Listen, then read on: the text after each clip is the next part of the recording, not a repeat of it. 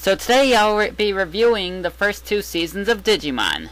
Why the first 2, you ask? Because I feel as though these 2 seasons make up one story on their own and feel as though the 2 go together. Because, you know, it's that we got the first 8 kids who come in the first season, and then second season the 2 youngest basically stay while we get some new kids, while the other kids are basically now middle schoolers who are suspiciously perfect. Seriously, have you ever met these kind of middle schoolers who behave so nicely and have no problems? You know, if I didn't know any better, I would bet that Matt and Sora are doing it off screen while Izzy is selling Joe drugs when no one's looking. But, oh well. Anyways, before I get off track, let's go on to the review, shall we? Okay, question 1. Is the opening left intact or dubbed in English? Let's see. Digimon,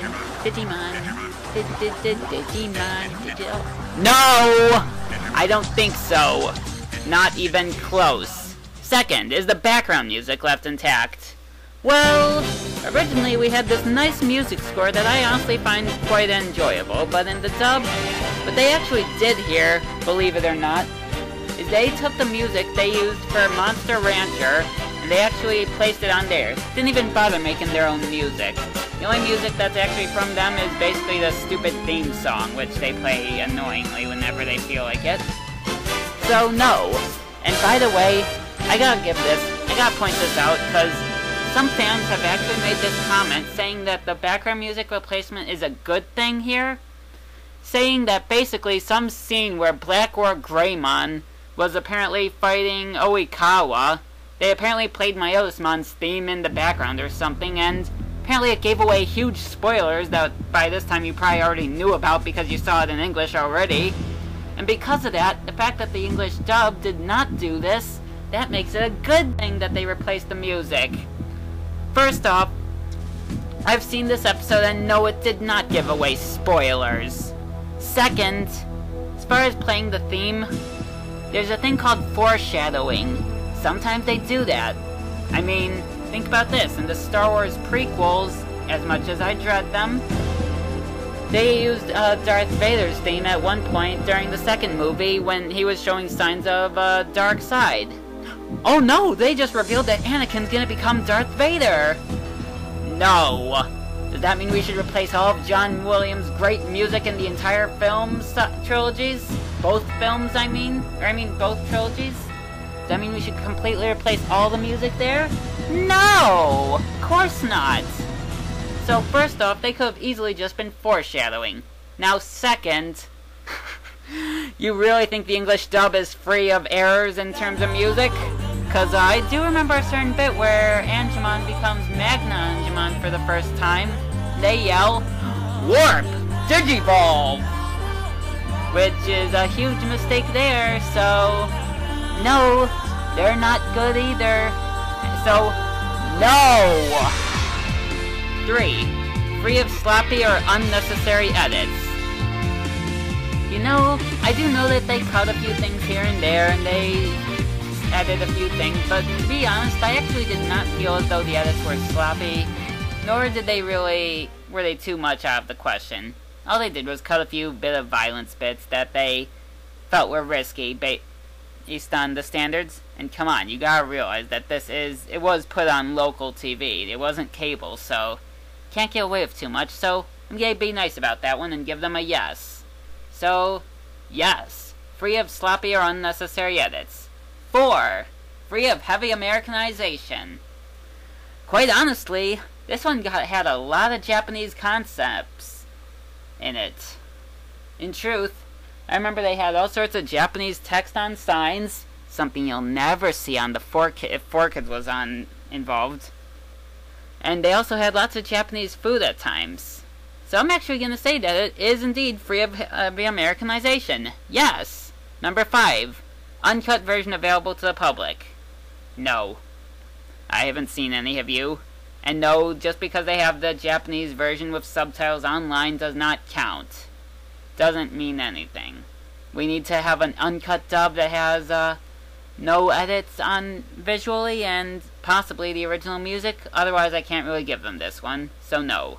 6. Good voices. You know, lots of people are always saying how great the voices are, and I'll admit, yes, they do have some impressive cast members, but on other characters, I will admit, are kind of weak. And I'll admit it, you can attack me all you want for saying this, but I really don't like Kari's voice.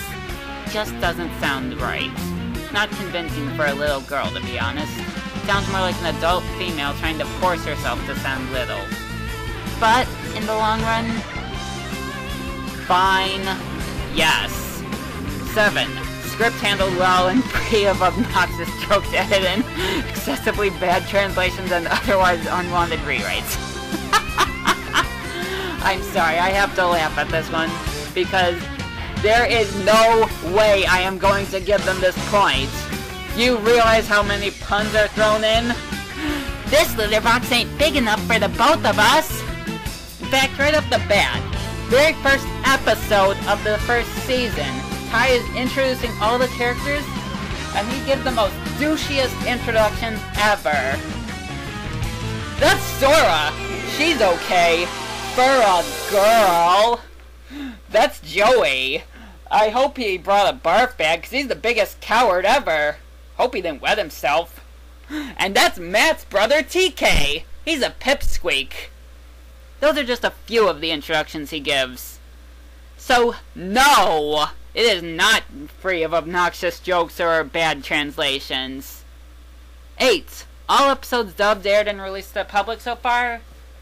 Actually, I do know that there was that one Machine Dramon episode that was kind of a combination of two, but I'm actually gonna give them that one because technically, that one was done because they had to cut a bit of stuff out, but, and to be honest, one time out of, for the 2 seasons, not half bad, and so, okay, fine, only because I'm being generous here, yes. 9. Free of name changes. Yeah, right. No. 10. Overall, is it watchable? Now this one is a debatable one because mainly back then I used to love watching it as a kid, but these days it's very difficult to watch. Especially because of the fact that I now have the Japanese version and it's much more enjoyable. But should I do it or not? You know what? For once, I am actually going to let you decide whether you think it's watchable. So I'm going to put this one as question mark. Meaning, it's up to you. So, with that in mind, we now have 3 of them, and possibly 4 if you want to say yes to the last one. So, that means it either gets, based on your opinion, either a 3 or a 4 out of 10. Overall analysis? Not the best dub on TV. Not sure why so many fans seem to like it so much, because honestly, it's rather mediocre. But, I will admit, it is a classic. Oh well. Until next time, see ya.